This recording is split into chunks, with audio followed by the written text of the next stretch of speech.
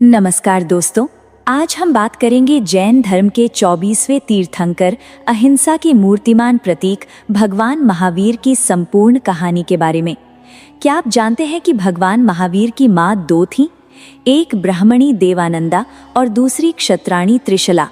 देवराज इंद्र ने गर्भस्थ शिशु को एक कोख से निकालकर दूसरी कोख में क्यों रखवा दिया? ये कहानी है महाबली से महावीर बनने की। उस संघर्ष की जगह एक साधक की कानों में गर्म कीलें ठोकी गईं, लेकिन वो मुस्कुराता रहा। ये कहानी है उस भयंकर सर्प चंद कौशिक की जो भगवान के सामने नतमस्तक हो गया। ये कहानी है उस भील की जो तीर चलाकर शिष्य बन गया। ये कहानी है उन 11 गणधरों की जिन्होंने महावीर के ज्ञान को पूरी दुनिया में फैलाया। तो तैयार हो जाइए, क्योंकि आज हम आपको ले चलते हैं ईसा पूर्व 599 के उस स्वर्णिम युग में, जब क्षत्रिय कुल में जन्म लेने वाले इस महापुरुष ने पूरी मानवता को अहिंसा का पाठ पढ़ाया। यह है भगवान महावीर की संपूर्ण कहानी, एक 3 घंटे का आध्यात्मिक महाकाव्य। दोस्तों, अगर आप भी इतिहास, आध्यात्म और प्रेरक कहानियों से प्यार करते हैं तो चैनल को सब्सक्राइब करें और घंटी दबाएं, ताकि ऐसी ही अनमोल कहानियां आप तक पहुंचती रहें। ये वीडियो 3 घंटे का है, इसे अंत तक जरूर देखिएगा, क्योंकि ये कहानी आपके जीवन को बदल सकती है। अगर बीच में कहीं रुकना हो तो पॉज तस्वीर करके बाद में देख सकते हैं, लेकिन उसे पूरा सुनना मत छोड़िएगा। तो चलिए शुरू करते हैं ये अद्भुत यात्रा। कथा शुरू करने से पहले, अगर आप भी चाहते हैं कि आपके जीवन के हर शुभ काम सही समय पर हो, तो आप देव खट्टर की मेंबरशिप जरूर ज्वाइन करें। यहाँ आपको मिलेंगे सटीक मुहूर्त अलर्ट, एस्ट्रो वास्तु के गुप्त उपाय और आपके पर्सनल सवालों के सीधे जवाब। ये सिर्फ एक मेंबरशिप नहीं, ये है आपका व्यक्तिगत आध्यात्मिक मार्गदर्शन। ज्वाइन बटन दबाइए और देव कथा परिवार का खास हिस्सा बन जाइए। दोस्तों, भगवान महावीर की कहानी शुरू होती है उस समय से भी पहले जब उन्होंने इस धरती पर जन्म लिया था। जैन ग्रंथों के अनुसार हर तीर्थंकर की आत्मा पिछले जन्मों में कठोर तपस्या और साधना करके इस अवस्था को प्राप्त करती है। भगवान महावीर रेल की आत्मा ने भी अनेक जन्मों में तपस्या की थी। उनके पिछले जन्मों में से एक जन्म में वो मारीची नामक ऋषि थे जो ऋषभ देव के पुत्र थे। उन्होंने अनेक जन्मों में अहिंसा, सत्य और तपस्या का पालन किया और अंत इस जन्म में तीर्थंकर बनने के लिए तैयार हुए। जैन धर्म में मान्यता है कि जब कोई आत्मा तीर्थंकर बनने वाली होती है तो उसके जन्म से पहले ही देवताओं को इसका आभास हो जाता है। देवराज इंद्र अपने सभी देवताओं के साथ मिलकर उस आत्मा के जन्म की तैयारियां करते हैं। ऐसा ही भगवान महावीर के जन्म के साथ हुआ। देवताओं ने देखा कि अब समय आ गया है जब धरती पर अहिंसा का संदेश देने वाला एक महापुरुष जन्म लेने वाला है। उस समय पूरा भारतवर्ष अंधकार में डूबा हुआ था। हिंसा, पशु बलि, जाति पाति के भेदभाव जिस युग में बढ़ गए थे, उसी युग में पैदा हुए थे महावीर स्वामी। ये वो समय था जब मंदिरों में पशुओं की बलि दी जाती थी, जब लोग यज्ञों के नाम पर निर्दोष जानवरों का वध करते थे, जब छुआछूत का भेदभाव चरम पर था और जब समाज में ऊंच नीच का भाव इतना गहरा हो चुका था कि इंसान इंसान से दूर होता जा रहा था। ऐसे समय में एक महापुरुष की आवश्यकता थी जो दुनिया को नई दिशा दे, जो ये बताए कि सच्चा धर्म हिंसा में नहीं बल्कि अहिंसा में है। और वो महापुरुष थे भगवान महावीर, जैन धर्म के 24वें तीर्थंकर और वास्तविक संस्थापक। भगवान महावीर स्वामी का जन्म क्षत्रिय कुल में राजा सिद्धार्थ की पत्नी रानी त्रिशला के गर्भ से हुआ था। ये सर्वज्ञात तथ्य है, पर बहुत कम लोग ये जानते हैं कि भगवान महावीर स्वामी सबसे पहले देवानंदा नाम की एक ब्राह्मणी के गर्भ में अवतरित हुए थे। ये कहानी बहुत ही रोचक और आश्चर्यजनक है। देवानंदा जी वैशाली नगर की रहने वाली थीं और उनके पति का नाम ऋषभ दत्त था। वे एक अत्यंत धार्मिक और पवित्र ब्राह्मणी थीं। वे प्रतिदिन वेदों का पाठ करती थीं, देवताओं की पूजा करती थीं और ब्राह्मणों को भोजन कराती थीं। उनका जीवन बहुत ही सात्विक और पवित्र था। एक रात उन्होंने 14 महान सपने देखे। इन सपनों में उन्होंने एक विशाल हाथी देखा जो 7 वाला था और जिसके शरीर पर दिव्य आभा थी। उन्होंने एक शक्तिशाली वृषभ देखा जो पूरे आकाश में विचरण कर रहा था। उन्होंने एक उग्र सिंहा देखा जो अपने पराक्रम से सभी जानवरों को भयभीत कर रहा था। उन्होंने देवी लक्ष्मी का दर्शन किया जो उन पर पुष्प वर्षा कर रही थीं। उन्होंने एक दिव्य माला देखी जो आकाश से उनके गले में आकर लटक गई। उन्होंने पूर्ण चंद्रमा देखा जो अमावस्या की रात में भी पूर्ण रूप से प्रकाशित था। उन्होंने सूर्य देखा जो मध्य रात्रि में भी चमक रहा था। उन्होंने एक विशाल ध्वजा देखी जो आकाश में फहरा रही थी। उन्होंने एक कलश देखा जो अमृत से भरा हुआ था। उन्होंने एक सरोवर देखा जिसमें कमल खिले हुए थे। उन्होंने समुद्र देखा जो मथ रहा था। उन्होंने एक दिव्य विमान देखा जो आकाश में उड़ रहा था। उन्होंने एक रत्नों का ढेर देखा जो था, और उन्होंने एक अग्नि देखी जो बिना धुएं के जल रही थी।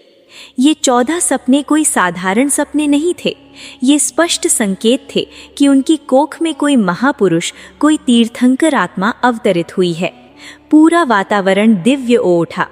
देवानंदा जी के घर में दिव्य सुगंध आने लगी। उनके आसपास के वातावरण में शीतलता आ गई और सभी को ये अनुभव होने लगा कि कुछ असाधारण घटित होने वाला है। लेकिन स्वर्ग में देवराज इंद्र की सभा में ये बात पहुंची तो हलचल मच गई। देवराज इंद्र जो सभी देवताओं के राजा हैं, उन्होंने अपने दिव्य ज्ञान से देखा कि ये आत्मा क्षत्रिय कुल में जन्म लेकर विश्व का कल्याण करेगी। उन्होंने अपनी सभा में कहा कि ब्राह्मण कुल में जन्म इस महापुरुष के लिए उपयुक्त नहीं है, क्योंकि तीर्थंकरों की परंपरा क्षत्रिय कुल में ही रही है और इस आत्मा को संसार को त्यागने और अहिंसा का संदेश देने के लिए क्षत्रिय कुल में ही जन्म लेना चाहिए। इंद्र ने अपने सभी देवताओं से परामर्श किया। सभी देवता एक मत हुए कि इस आत्मा को क्षत्रिय कुल में स्थानांतरित किया जाना चाहिए। फिर क्या था? इंद्र के आदेश पर हरिंग मिशी नामक देवता प्रकट हुए। हरिंग मिशी का स्वरूप अत्यंत अद्भुत था। उनका सिर मृग या बकरे जैसा था। वे देवता विशेष रूप से गर्भस्थ शिशुओं की रक्षा और स्थानांतरण के लिए जाने जाते थे। जैन ग्रंथों में इनका विस्तार से वर्णन है। वे अत्यंत शक्तिशाली देवता हैं जिनका कार्य गर्भस्थ शिशुओं की रक्षा करना और उन्हें सुरक्षित स्थान पर पहुंचाना है। हरिंग मिशी ने अपनी दिव्य शक्तियों का प्रयोग किया। उन्होंने देवी देवानंदा की गर्भस्थ शिशु को बिना कोई पीड़ा दिए रातों रात स्थानांतरित कर दिया। कैसी ये दिव्य घटना थी! देवता अपनी यौगिक शक्तियों से उस आत्मा को एक कोख से निकालकर दूसरी कोख में स्थापित कर देते हैं। ये कोई शारीरिक प्रक्रिया नहीं थी, ये आध्यात्मिक स्थानांतरण था। देवानंदा जी को इसका कोई आभास नहीं हुआ। उनकी नींद नहीं टूटी, उन्हें कोई पीड़ा नहीं हुई। बस सुबह उठकर उन्हें लगा कि उनके सपने अधूरे रह गए। अब ये दिव्य आत्मा क्षत्रिय राजा सिद्धार्थ और रानी त्रिशला की कोख में पहुंच चुकी थी। रानी त्रिशला भी क्षत्रिय कुल की थी और वे भी इस महापुरुष की माता बनने के लिए धन्य हो गई। रानी त्रिशला ने भी उसी रात 14 सपने देखे। उनके सपने भी उतने ही दिव्य थे। जब राजा सिद्धार्थ को इसकी जानकारी हुई तो उन्होंने अपने राज ज्योतिषियों को बुलाया। ज्योतिषियों ने सपनों का विश्लेषण किया और बताया कि रानी त्रिशला की कोख में एक महापुरुष, एक तीर्थंकर आत्मा अवतरित हुई है। ये घटना सिर्फ एक कहानी नहीं है, ये दर्शाती है कि भगवान महावीर का जीवन शुरू से ही संकल्प का प्रतीक था। जन्म से पहले ही तय था कि वो संसार को एक नई दिशा देंगे। ये घटना हमें ये भी बताती है कि जैन धर्म में जाति पाति का कोई भेदभाव नहीं है। आत्मा का कल्याण हर जाति में हो सकता है, लेकिन तीर्थंकरों का जन्म परंपरागत रूप से क्षत्रिय कुल में ही माना गया है, क्योंकि उनमें संसार को त्यागने का अद्भुत साहस होता है।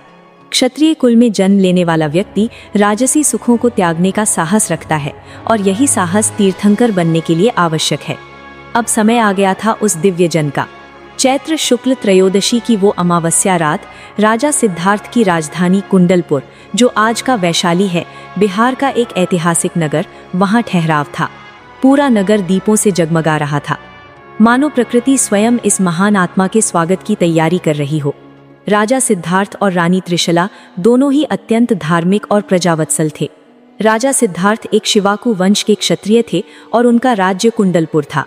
रानी त्रिशला छेदी वंश की राजकुमारी थी और वे अत्यंत गुणवान थीं।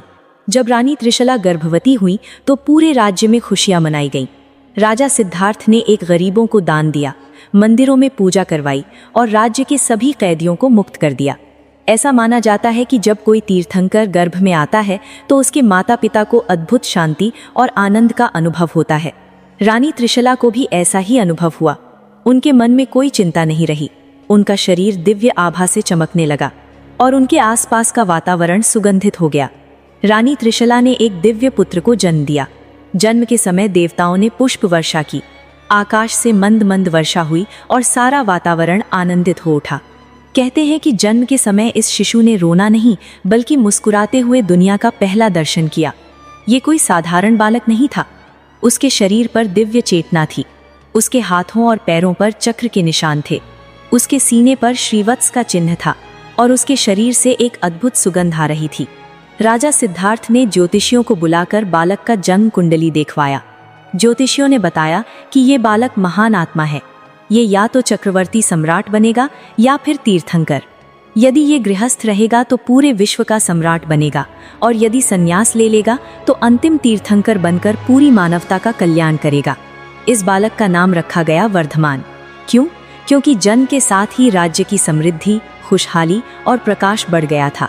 वर्धमान का अर्थ होता है जो बढ़ाने वाला हो, और सच में इस बालक ने अपने जीवन से समृद्धि की परिभाषा ही बदल दी। उनके लिए समृद्धि का अर्थ था आत्मा का विकास, करुणा का विस्तार और अहिंसा का प्रसार। बचपन से ही वर्धमान अत्यंत वीर, निडर और दयालु थे। राजा सिद्धार्थ ने उन्हें राजकुमार की तरह सभी सुख सुविधाएं दी। महल, हाथी घोड़े, रत्न जवाहरात, अच्छे कपड़े, सुगंधित तेल, सुंदर बाग बगीचे, सब कुछ था। लेकिन वर्धमान का मन इन सब से परे था। उनकी आंखें हमेशा कुछ और ही देखती थीं। जब अन्य बच्चे खिलौनों से खेलते थे, वर्धमान ध्यान में बैठना पसंद करते थे। जब अन्य बच्चे शोर शराबा करते थे, वर्धमान शांतिपूर्वक प्रकृति का अवलोकन करते थे। उनके अंदर एक अद्भुत गंभीरता थी जो उनके बचपन से ही झलकती थी। एक बार की बात है, वर्धमान बालक थे, शायद 5-6 साल के। वो राजमहल के बगीचे में एक पेड़ के नीचे बैठे ध्यान में लीन थे। तभी एक विशाल सांप ने आकर उनके चारों ओर फन फैला लिया। सांप फुफकार रहा था, उसकी आंखों में क्रोध था। राजमहल के सारे बच्चे और सेवक डर के मारे भाग गए। चीख पुकार मच गई। सबको लगा राजकुमार देखो अब सांप डस लेगा, लेकिन वर्धमान स्थिर बैठे रहे। उनकी आंखों में कोई डर नहीं था। हिंदू, उनके मन में सांप के प्रति घृणा नहीं थी, तस्वीर, बल्कि करुणा थी। उन्होंने उसे कोई हानि नहीं पहुंचाई, नहीं कोई हलचल की, बस शांति से बैठे रहे। उनकी इस शांति और निर्भयता ने सांप को भी प्रभावित किया। कुछ ही क्षणों में सांप का क्रोध शांत हो गया। उसने अपना फन समेट लिया और वहां से चला गया। यही थी उनकी आत्मा की पहचान, अभय और अहिंसा। एक छोटे से बच्चे में इतनी शांति और साहस, ये थे वर्धमान। ये घटना उनके भविष्य के मार्ग का संकेत थी कि एक दिन वही बालक पूरे विश्व को अहिंसा का पाठ पढ़ाएगा। वर्धमान की एक और बाल लीला बहुत प्रसिद्ध है। एक बार वो अपने मित्रों के साथ खेल रहे थे। खेलते खेलते उनकी नज़र एक पेड़ पर गई जहां एक पक्षी ने अपना घोंसला बनाया था। घोंसले में छोटे छोटे बच्चे थे। अचानक एक बाज आया, रेल, और उसने उन बच्चों पर हमला कर दिया। सभी बच्चे डर गए और भागने लगे, लेकिन वर्धमान वहीं खड़े रहे। उन्होंने अपनी आंखों से बांस को देखा। उनकी दृष्टि में इतनी शक्ति थी कि बांस ठिठक गया। वर्धमान ने बांस से कहा, तुम भी भूखे हो, ये बच्चे भी जीना चाहते हैं, तुम दूसरा शिकार करो, इन्हें मत मारो। और हैरानी की बात ये थी कि बाज ने उनकी बात मान ली और वहां से उड़ गया। ये कहानी बताती है कि वर्धमान में बचपन से ही सभी जीवों के प्रति अपार करुणा थी। उनका मानना था कि हर जीव को जीने का अधिकार है, चाहे वो छोटा हो या बड़ा, चाहे वो पक्षी हो या सांप। वर्धमान की शिक्षा बहुत ही उच्च स्तर पर हुई। वो युद्ध, कला, शास्त्र, अर्थशास्त्र, हर विषय में निपुण थे। उनके शरीर में अपार बल था। उनकी हिंदू बुद्धि और उनका हृदय विशाल था। तस्वीर, समय आया तो उनका विवाह यशोदा नामक राजकुमारी से हुआ। यशोदा एक गुणवान, सुशील और सुंदर राजकुमारी थीं। वे सम्राट समुद्र विजय की पुत्री थीं और उनका गृहस्थ जीवन अत्यंत सुखमय था। वर्धमान और यशोदा का दाम्पत्य जीवन बहुत सुखमय था। कुछ समय बाद उनकी एक पुत्री हुई जिसका नाम प्रियदर्शना रखा गया। प्रियदर्शना अत्यंत सुंदर और गुणवान थीं। वर्धमान उससे बहुत प्रेम करते थे। अब एक राजकुमार के लिए जीवन में सब कुछ था, राज्य, पत्नी, पुत्री, धन, वैभव, मान सम्मान। लेकिन वर्धमान का मन इन सांसारिक सुखों में नहीं लगता था। वो देख रहे थे कि समाज में क्या हो रहा था। उस युग में हिंसा, पशु बलि, जाति पाति के भेदभाव बढ़ गए थे। मंदिरों, रेल में पशुओं की बलि दी जा रही थी। लोग कहते थे कि बलि देने से देवता प्रसन्न होते हैं। यज्ञों में सैकड़ों पशुओं का वध किया जाता था। गरीब, असहाय लोगों का शोषण हो रहा था। जाति के नाम पर छुआछूत का भेदभाव चरम पर था। ऊंची जाति के लोग नीची जाति के लोगों को छूना भी पाप समझते थे। स्त्रियों की स्थिति दयनीय थी। वर्धमान का हृदय ये सब देखकर द्रवित हो उठता था। उनके मन में बार बार एक ही सवाल आता था, क्या यही जीवन है? क्या राजा बनकर सुख भोग कर मैं इन दुखों को दूर कर सकता हूँ? उन्होंने देखा कि बाहरी सुखों से दुख कभी नहीं मिटते। उन्होंने समझ लिया कि सच्चा सुख आत्मा के भीतर है, बाहर नहीं। सच्चा परिवर्तन तब होगा जब मनुष्य अपने अंदर झांकेगा। उनके माता पिता राजा सिद्धार्थ और रानी त्रिशला उनके त्याग की भावना को समझ रहे थे, लेकिन वो चाहते थे कि वर्धमान कम से कम संसार के कर्तव्यों का निर्वाह कर लें। राजा सिद्धार्थ ने वर्धमान को राज्य के कार्यों में लगाने की बहुत कोशिश की। उन्होंने वर्धमान को न्यायालय में बैठाया, उन्हें प्रशासनिक कार्यों में हाथ बटाने के लिए कहा, लेकिन वर्धमान का मन राज्य में नहीं लगता था। कहते हैं कि एक बार वर्धमान अपने महल की छत पर खड़े थे। उन्होंने नीचे सड़क पर देखा। एक बूढ़ा व्यक्ति लाठी के सहारे चल रहा था। उसका शरीर झुका हुआ था। उसके बाल सफेद हो गए थे। उसके दांत टूट गए थे। वर्धमान ने सोचा, ये भी कभी युवा था, कभी ताकतवर था, लेकिन आज वो असहाय है। यही हाल सबका होगा। उन्होंने दूसरी ओर देखा। एक बीमार व्यक्ति जमीन पर पड़ा कराह रहा था। उसका शरीर रोगों से ग्रस्त था। वर्धमान ने सोचा, ये भी कभी स्वस्थ था, लेकिन आज ये दर्द में है। यही जीवन है। हिंदू। उन्होंने तीसरी ओर देखा। एक मृत शरीर को ले जाया जा रहा था। लोग रो रहे थे, लेकिन मृत व्यक्ति चुप था। वर्धमान ने सोचा, ये भी कभी जीवित था। उसके भी सपने थे, उसकी भी इच्छा ये थी, लेकिन आज सब समाप्त हो गया। यही जीवन का सत्य है। इन तीन दृश्यों, बुढ़ापा, बीमारी और मृत्यु ने वर्धमान के मन में एक गहरा प्रभाव डाला। उन्होंने चौथी ओर देखा। एक सन्यासी शांत भाव से बैठा था। उसके चेहरे पर कोई चिंता नहीं थी। उसके मन में कोई आसक्ति नहीं थी। वर्धमान ने सोचा, यही सच्चा सुख है, यही मोक्ष का मार्ग है। उसी दिन वर्धमान ने मन ही मन निश्चय कर लिया कि वे संन्यास लेंगे। 30 वर्ष की आयु में माता पिता की आज्ञा लेकर वर्धमान ने घर त्याग दिया। ये कोई साधारण त्याग नहीं था। राजकुमार का रैल त्याग, सुख सुविधाओं का त्याग, पत्नी और पुत्री का त्याग।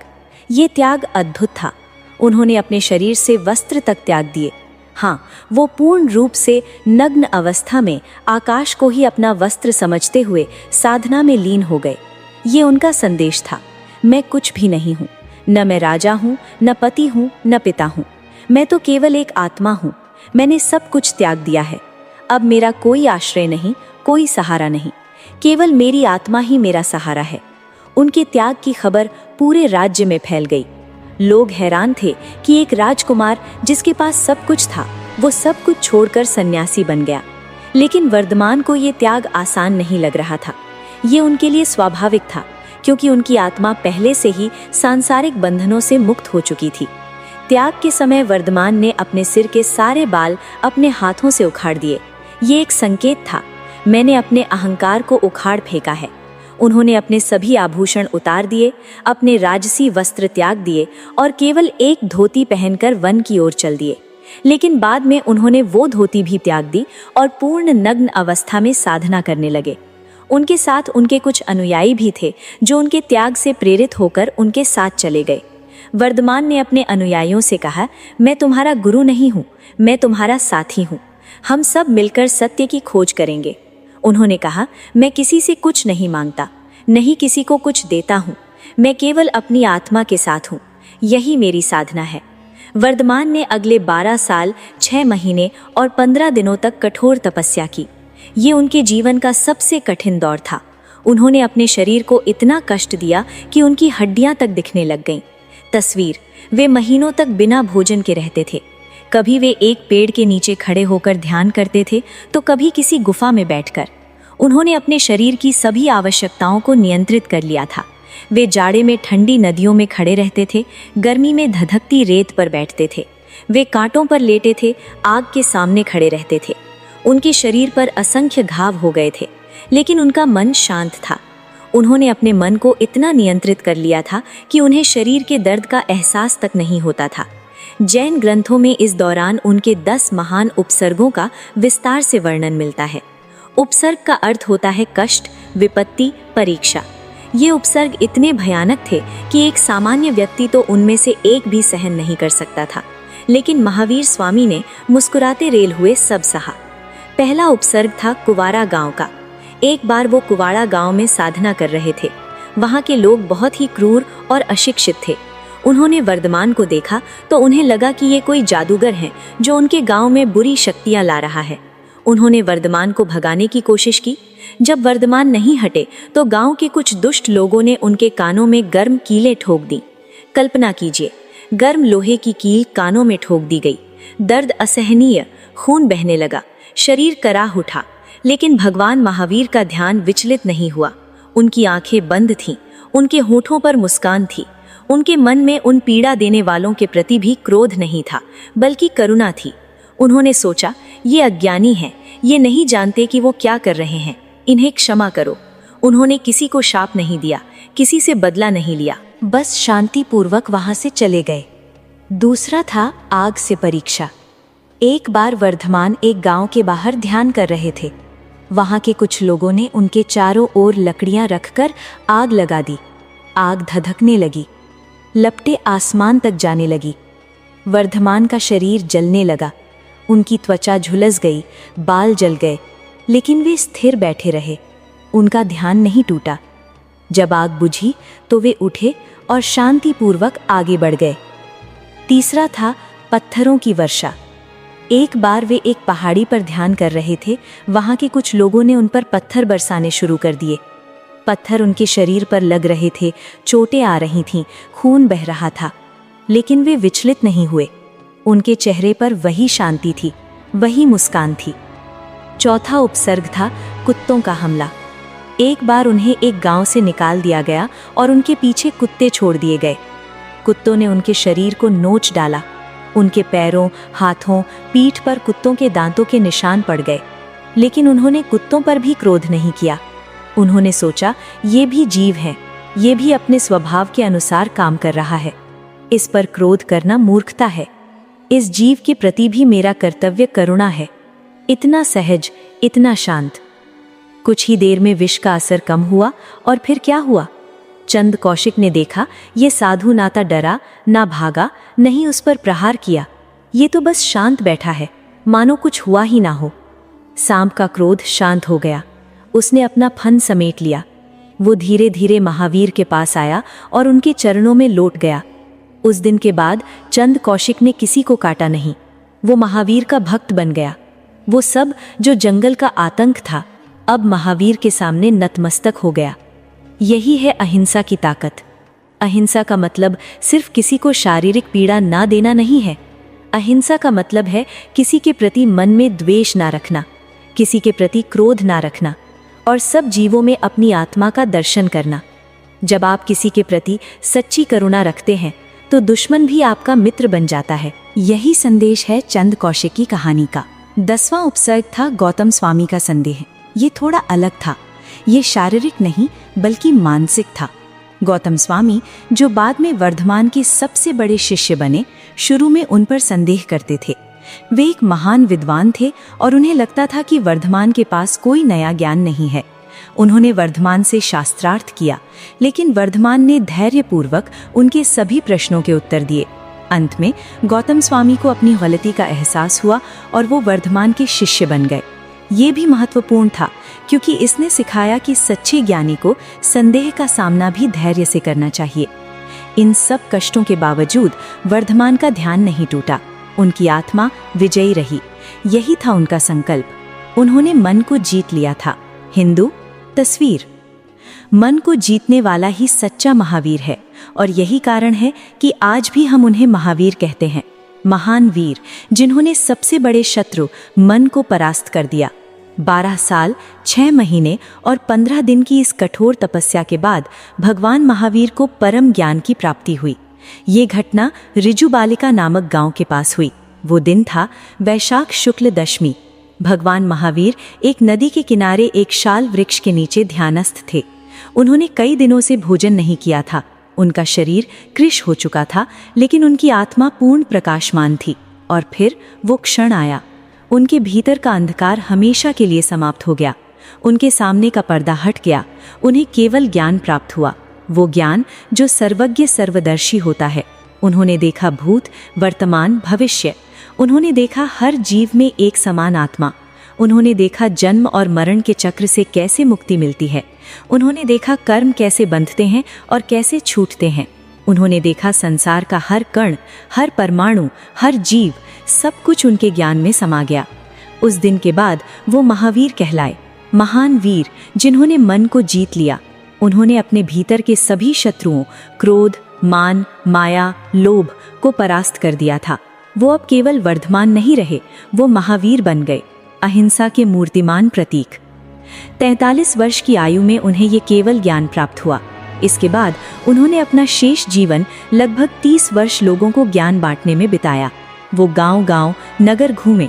उन्होंने लोगों को अहिंसा, सत्य, अस्तेय, ब्रह्मचर्य और अपने ग्रह के 5 महाव्रतों का उपदेश दिया। उन्होंने कहा, जियो और जीने दो। सभी जीवों को जीने का अधिकार है। कोई भी जीव किसी दूसरे जीव का दुश्मन नहीं है। सब में एक ही आत्मा है। उन्होंने जातिवाद, पशुबलि और अंधविश्वासों का डटकर विरोध किया। उन्होंने कहा, मोक्ष किसी जाति का हक नहीं है। मोक्ष तो हर उस आत्मा का हक है जो अपने कर्मों को जीत ले। उनके उपदेश सरल थे लेकिन गहरे थे। उन्होंने कहा, दया धर्म का मूल है। जहाँ दया है वहीं धर्म है। भाई महावीर ने केवल ज्ञान प्राप्त करने के बाद अपने ज्ञान को 11 गणधरों के माध्यम से फैलाया। गणधर का अर्थ होता है गण के धुरंधर, यानी शिशुओं के समूह के नेता। इन 11 गणधरों में सबसे प्रमुख थे गौतम स्वामी। गौतम स्वामी पहले एक विद्वान ब्राह्मण थे। उनका नाम इंद्रभूति गौतम था। हिंदू तस्वीर, वो अपने समय के महान विद्वान थे। उन्होंने सभी वेदों और शास्त्रों का गहन अध्ययन किया था। उनके पास हजारों शिष्य थे। एक बार वे अपने शिष्यों के साथ यात्रा कर रहे थे। उन्होंने सुना कि एक साधु है जो केवल ज्ञानी हो गया है। गौतम स्वामी को यह बात अच्छी नहीं लगी। उन्होंने सोचा, मैंने सभी शास्त्र पढ़े हैं, मुझसे बड़ा कोई विद्वान नहीं है, ये कैसा केवल ज्ञानी। वे महावीर के पास गए और उनसे शास्त्रार्थ करने लगे। उन्होंने महावीर से वेदों, उपनिषदों और सभी शास्त्रों के बारे में प्रश्न पूछे। महावीर ने धैर्यपूर्वक उनके सभी प्रश्नों के उत्तर दिए। गौतम स्वामी को लगा कि ये साधु वास्तव में ज्ञानी है। उन्होंने महावीर से पूछा, आपने ये ज्ञान कहाँ से प्राप्त किया? महावीर ने कहा, ये ज्ञान किसी पुस्तक से नहीं, किसी गुरु से नहीं, बल्कि मेरी अपनी आत्मा से प्राप्त हुआ है। ये केवल ज्ञान है जो सभी ज्ञान का स्रोत है। गौतम स्वामी को अपनी गलती का एहसास हुआ। उन्होंने अपना अहंकार त्याग दिया और महावीर के सबसे बड़े शिष्य बन गए। गौतम स्वामी ने महावीर के सभी उपदेशों को सुना, उन्हें समझा और फिर उन्हें पूरे देश में फैलाया। दूसरे गणधर थे अग्निभूति। वे भी एक महान विद्वान थे। उनका छोटा भाई वायुभूति तीसरे गणधर थे। दोनों भाई अग्नि और वायु के उपासक थे। उन्होंने भी महावीर से शास्त्रार्थ किया और उनके शिष्य बन गए। चौथे गणधर थे व्यक्त। पांचवें गणधर थे सुदर्शन। छठे गणधर थे मंडित। सातवें गणधर थे मौर्यपुत्र। आठवें गणधर थे अकंपित। नवें गणधर थे अचल। 10वें गंधार थे मैतार या 11वें गणधार थे प्रभास। इन 11 गणधरों ने मिलकर भगवान महावीर के ज्ञान को संगठित किया और उसे जनमानस से जनमानस तक पहुंचाया। इन गणधरों में से प्रत्येक के पास हजारों शिष्य थे। इस तरह महावीर का ज्ञान पूरे भारतवर्ष में फैल गया। भगवान महावीर की शिक्षाओं का सार है अहिंसा परमो धर्मः, यानी अहिंसा सबसे बड़ा धर्म है। उन्होंने 3 रत्न बताए, सम्यक दर्शन, सम्यक ज्ञान और सम्यक चारित्र। सम्यक दर्शन का अर्थ है सही आस्था, सही विश्वास, यानी तीर्थंकरों के उपदेशों पर विश्वास करना। सम्यक ज्ञान का अर्थ है सही ज्ञान, सही समझ, यानी आत्मा और कर्म के सिद्धांत को समझना। सम्यक चारित्र का अर्थ है सही आचरण, सही व्यवहार, यानी अहिंसा, सत्य, अस्तेय, ब्रह्मचर्य और अपने ग्रह का पालन करना। इन तीनों के मिलने से ही मोक्ष की प्राप्ति होती है। उन्होंने अनेकांतवाद का सिद्धांत दिया। अनेकांतवाद का अर्थ है हर सच्चाई के कई पहलू होते हैं। कोई भी दृष्टिकोण पूर्ण सत्य नहीं होता, इसलिए दूसरों की बात को सुनना, समझना और सहिष्णु होना जरूरी है। उन्होंने स्यादवाद का सिद्धांत दिया। शायद ऐसा है। उन्होंने कहा कि किसी भी बात को पूर्ण सत्य नहीं मानना चाहिए, क्योंकि सत्य हर बार अलग अलग कोणों से अलग दिखता है। उन्होंने अपने ग्रह पर जोर दिया। उन्होंने कहा, जितना कम संग्रह करोगे उतना हल्के हो जाओगे। उनके ये उपदेश आज भी उतने ही प्रासंगिक हैं जितने 2600 साल पहले थे। आज के भौतिकवादी युग में, जहां हर कोई अधिक से अधिक संग्रह करने में लगा है, महावीर का संदेश अपरिग्रह हमें याद दिलाता है कि सच्चा सुख चीजों में नहीं बल्कि संतोष में है। भगवान महावीर ने अपने जीवन में अनेक चमत्कार नहीं किए, लेकिन उनका सबसे बड़ा चमत्कार था उनका संयम, उनकी तपस्या और उनकी अहिंसा। उन्होंने कभी किसी को शाप नहीं दिया, कभी किसी पर क्रोध नहीं किया। उनका मानना था कि जो व्यक्ति स्वयं को जीत लेता है वही सच्चा विजेता है। उन्होंने कहा, आत्मा ही अपना मित्र है और आत्मा ही अपना शत्रु। जो अपने मन को जीत लेता है उसके लिए कोई शत्रु नहीं होता। उन्होंने कहा, क्रोध से क्रोध नहीं मिटता, क्रोध तो क्षमा से मिटता है। घृणा से घृणा नहीं मिटती, घृणा तो प्रेम से मिटती है। यही उनकी शिक्षा का सार था। उनके जीवन की एक और रोचक घटना है राजा श्रेणिक की कहानी। राजा श्रेणिक मगध के शक्तिशाली राजा थे। वे बहुत घमंडी थे और उन्हें लगता था कि उनसे बड़ा कोई नहीं है। जब उन्होंने सुना कि महावीर नाम का एक साधु केवल ज्ञानी हो गया है, तो वे उनसे मिलने गए। उन्होंने महावीर से पूछा, हे प्रभु, आप केवल ज्ञानी हैं, तो बताइए मेरे राज्य में क्या हो रहा है। महावीर ने उन्हें बताया कि उनके राज्य में कहाँ चोरी हो रही है, कहाँ झूठ बोला जा रहा है, कहाँ हिंसा हो रही है। राजा श्रेणिक हैरान रह गए। उन्होंने जांच करवाई तो पाया कि महावीर की बातें बिल्कुल सही थीं। उन्होंने महावीर से क्षमा मांगी और उनके शिष्य बन गए। एक और प्रसिद्ध कहानी है अमरपाल की। अमरपाल एक धनवान व्यापारी था, लेकिन वो बहुत लालची था। उसने सुना कि महावीर के पास कोई वस्तु है जो सब कुछ दे सकती है। वो महावीर के पास गया और बोला, हे प्रभु, मुझे वो वस्तु दे दो। महावीर मुस्कुराए और बोले, मेरे पास ऐसी कोई वस्तु नहीं है, लेकिन अगर तुम चाहो तो मैं तुम्हें वो ज्ञान दे सकता हूँ जो सबसे बड़ा धन है। अमरपाल ने कहा, वो क्या है?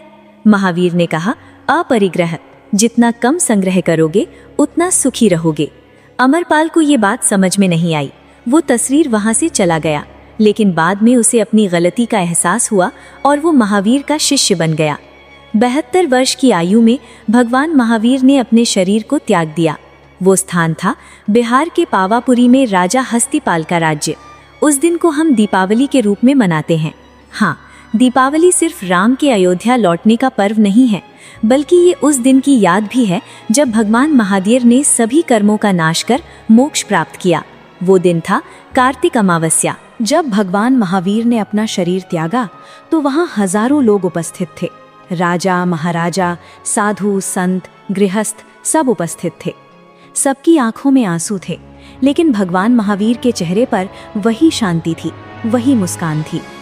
उन्होंने अपने अंतिम श्वास तक त्याग, अहिंसा और संयम का पालन किया। उन्होंने अंतिम समय में भी किसी को दुखी नहीं किया, किसी को कष्ट नहीं दिया।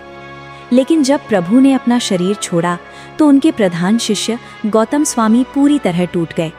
गौतम स्वामी उनके साथ कई वर्षों से थे। उन्होंने महावीर से ज्ञान प्राप्त किया था, उनके साथ यात्रा की थी, उनके उपदेश सुने थे, और अब वो उनसे बिछड़ रहे थे। गौतम स्वामी के मुख से वो शब्द निकले जो इतिहास में दर्ज हैं। उन्होंने कहा, हे नाथ, अब ये संसार कैसे जीवित रहेगा? आपने हमें अहिंसा का रास्ता दिखाया, सत्य का मार्ग बताया, करुणा का अर्थ समझाया, पर अब हम अकेले हैं। आपके बिना ये जीवन अधूरा है। गौतम स्वामी का दुख असीम था। वो रो रहे थे, उनका मन व्याकुल था। उन्हें लग रहा था कि उनका सब कुछ छिन गया। लेकिन उसी क्षण जब गौतम स्वामी ने अपने गुरु के प्रति पूर्ण समर्पण भाव से शोक व्यक्त किया तो उन्हें भी केवल ज्ञान प्राप्त हुआ। उनकी आंखें खुल गईं। उन्होंने समझ लिया कि महावीर केवल शरीर नहीं है, उनके विचार, उनके सिद्धांत, उनकी अहिंसा, उनकी करुणा, यही उनकी असली पहचान है। गौतम स्वामी ने उसी क्षण अपना शोक त्याग दिया। वो स्वयं ज्ञानी हो गए। उन्होंने समझ लिया कि जब तक अहिंसा है, महावीर है। जब तक सत्य है, महावीर है। जब तक करुणा है, महावीर है। यही भगवान महावीर की महानता थी। उन्होंने न सिर्फ स्वयं ज्ञान प्राप्त किया बल्कि अपने शिष्यों को भी ज्ञानी बनाया। उन्होंने सिखाया कि सच्चा गुरु वही है जो शिष्य को गुरु पर निर्भर न रखे बल्कि स्वयं प्रकाशवान बना दे। भगवान महावीर के निर्वाण के बाद उनके शिष्यों ने उनके उपदेशों को संगठित किया। 11 गणधरों ने उनके ज्ञान को 12 अंगों, दसवीर में संकलित किया, जो आज जैन आगम के नाम से जाने जाते हैं। ये आगम ग्रंथ आज भी जैन धर्म के मूल स्रोत हैं। इनमें भगवान महावीर के उपदेश, उनके जीवन की घटनाएं और उनके द्वारा बताए गए सिद्धांतों का विस्तृत वर्णन है। भगवान महावीर का प्रभाव केवल जैन धर्म तक सीमित नहीं रहा। उनकी अहिंसा की शिक्षा ने पूरे भारतीय दर्शन को प्रभावित किया। महात्मा गांधी ने भी महावीर की अहिंसा से प्रेरणा ली और उसे अपने सत्याग्रह आंदोलन का आधार बनाया। गांधी जी ने कहा था, महावीर ने अहिंसा का जो मार्ग दिखाया वही मानवता का सबसे बड़ा मार्ग है। आज भी 2600 साल बाद भगवान महावीर के उपदेश उतने ही प्रासंगिक हैं जितने वे उस समय थे। आज जब पूरी दुनिया में हिंसा, आतंकवाद और युद्ध बढ़ रहे हैं, तब महावीर का संदेश जियो और जीने दो हमें शांति का रास्ता दिखाता है। आज जब पर्यावरण संकट बढ़ रहा है, तब महावीर की अहिंसा की शिक्षा हमें सभी जीवों के प्रति करुणा रखना सिखाती है। आज जब मानसिक तनाव और अवसाद बढ़ रहे हैं, तब महावीर का अपरिग्रह का सिद्धांत हमें बताता है कि सच्चा सुख चीज़ों के संग्रह में नहीं बल्कि संतोष में है। आज जब लोगों में सहनशीलता कम होती जा रही है, तब महावीर का अनेकांतवाद का सिद्धांत हमें दूसरों की बात सुनना और समझना सिखाता है।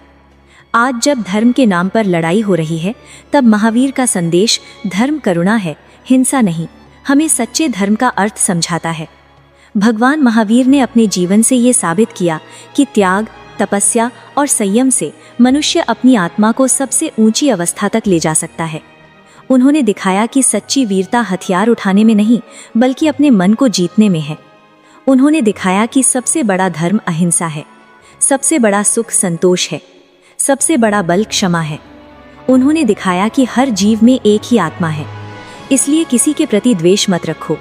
उन्होंने दिखाया कि क्रोध से क्रोध नहीं मिलता, क्रोध तो प्रेम से मिटता है। उन्होंने दिखाया कि ज्ञान ही सच्चा प्रकाश है और अज्ञान ही सबसे बड़ा अंधकार है। दोस्तों, ये थी भगवान महावीर की संपूर्ण कहानी, एक 3 घंटे का आध्यात्मिक महाकाव्य। ये कहानी थी उस महापुरुष की जो ब्राह्मणी के गर्भ से क्षत्रिय बने। ये कहानी थी उस वीर की जिसकी कानों में गर्म कीलें ठोकी गईं लेकिन जो मुस्कुराता रहा। ये कहानी थी उस साधक की जिसने सबको अपनी करुणा से बदल दिया। ये कहानी थी उस ज्ञानी की जिसने पूरी मानवता को अहिंसा का पाठ पढ़ाया। ये कहानी थी उस महावीर की जिसने मन को जीत लिया। ये कहानी थी उन 11 गणधरों की जिन्होंने उस ज्ञान को पूरी दुनिया में फैलाया। ये कहानी थी गौतम स्वामी की जिन्होंने अपने गुरु के वियोग में भी ज्ञान प्राप्त किया। भगवान महावीर सिर्फ जैन धर्म के 24वें तीर्थंकर नहीं हैं, वो पूरी मानवता के मार्गदर्शक हैं। उनकी शिक्षाएं किसी एक धर्म या जाति के लिए नहीं बल्कि हर उस इंसान के लिए है जो दुख से मुक्ति चाहता है, जो शांति चाहता है, जो अपने भीतर की आत्मा को पहचानना चाहता है। उन्होंने कहा, करुणा के बिना धर्म अधूरा है, सत्य के बिना जीवन अधूरा है, संयम के बिना सुख अधूरा है। उन्होंने कहा, हर जीव सुख चाहता है, दुख नहीं। हर जीवन जीना चाहता है, मरना नहीं। जैसे तुम्हें दुख अच्छा नहीं लगता, वैसे ही किसी को भी दुख अच्छा नहीं लगता, इसलिए किसी को दुख मत दो। उन्होंने कहा, जियो और जीने दो, यही सबसे बड़ा धर्म है। दोस्तों, अगर आपको ये कहानी प्रेरणादायक लगी हो तो अभी खामोश इतिहास चैनल को सब्सक्राइब ज़रूर करें, वीडियो को लाइक करें और शेयर करें अपने दोस्तों और परिवार के साथ। आपका एक सब्सक्राइब हमें ऐसी ही और गहरी, रहस्यमयी और प्रेरक कहानियाँ लाने के लिए प्रेरित करता है। नीचे कमेंट में ज़रूर बताइए, क्या आप चंद कौशिक की कहानी से प्रेरित हुए? क्या आपको गर्भ स्थानांतरण की घटना सबसे रहस्यमयी लगी, या फिर गौतम स्वामी के अंतिम शब्दों ने आपको भावुक कर दिया? आपकी राय हमारे लिए बहुत महत्वपूर्ण है। और अगर आप ऐसी ही आध्यात्मिक कहानियाँ, ऐतिहासिक रहस्य और प्रेरक जीवन गाथाएं सुनना चाहते हैं तो खामोश इतिहास से जुड़ जाएं। अगली कहानी में हम लाएंगे एक और महापुरुष की ऐसी गाथा जो आपको फिर से सोचने पर मजबूर कर देगी। तब तक के लिए नमस्कार। जय जिनेंद्र।